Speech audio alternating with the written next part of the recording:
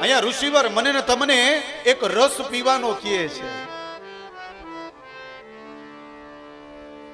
કયો રસ પીવાનો કહે છે? તો કે કૃષ્ણના નામનો રસ પીવાનો કહે છે, રામના નામનો રસ પીવાનો કહે છે. નિગમ કલ્પતરોર ગલિતં ફલં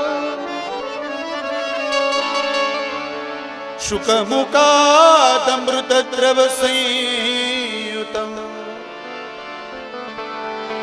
પિબત ભાગવતમ રસમાલયં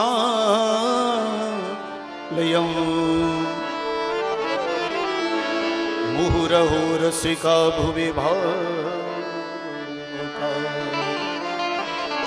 ત્રીજો શ્લોક એનું નામ છે પેયમ. કેનું પાન કરવાનું? તો કે રસનું પાન. કયો રસ? તો કે ભાગવત રૂપી રસ પીવાનો છે. અને આ રસ એટલો અદ્ભુત છે. ત્રીજા શ્લોકમાં ઋષિવરોએ વ્યાસજીએ કહ્યું કે આ ભાગવત છે ને સામાન્ય એવો ગ્રંથ નથી, તો બોલે કલ્પ વૃક્ષ છે. અને કેવું કલ્પ વૃક્ષ છે!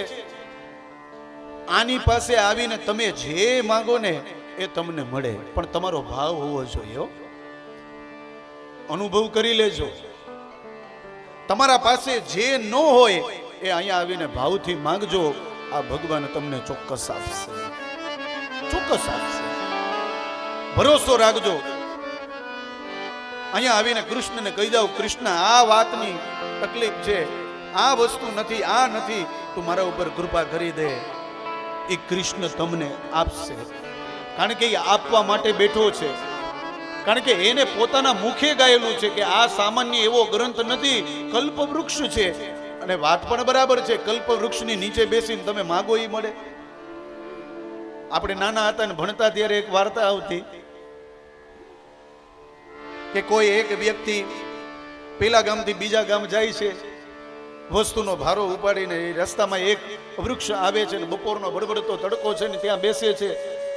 એ વૃક્ષના છાયાની નીચે પાણીની તરસ લાગે છે. અને ત્યારે એ વ્યક્તિ મનથી વિચાર કરે કે જો અહીંયા પાણી મળી ગયું હોત તો કામ મળી જાત. એને ખબર નથી કે આ કલ્પ વૃક્ષ છે. હજી ધ્યાન ધર્યું નહીં, પાણીનો લોટો આવી ગયો, એ ચાંદીના ગ્લાસમાં આવ્યો, પાણી પી લીધું. પાણી પી લીધા પછી ફરી પાછો વિચાર આવ્યો કે મધ્યાહનનો સમય થયો છે, ભૂખ લાગી છે, જો ભોજનની થાળી આવી જાત તો કામ બની જાત. અને એ જ સમયે ત્યાં સરસ મજાની થાળી પીરસાઈને આવી ગયું, ભોજન કરી લીધું.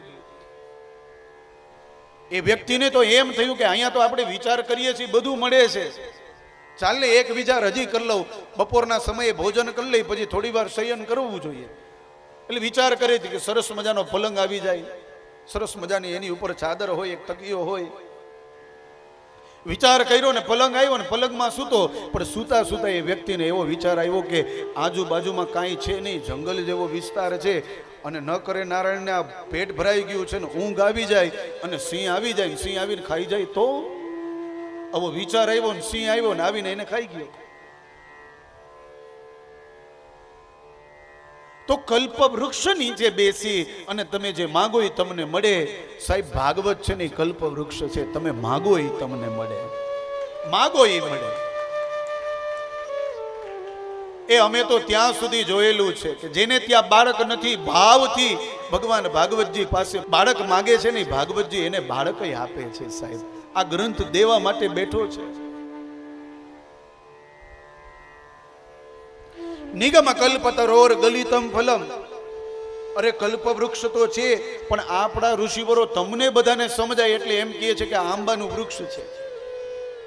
અરે સાક્ષાત આ ભાગવત છે એ આંબો છે, અને આંબાનો રસ પીવાનો છે.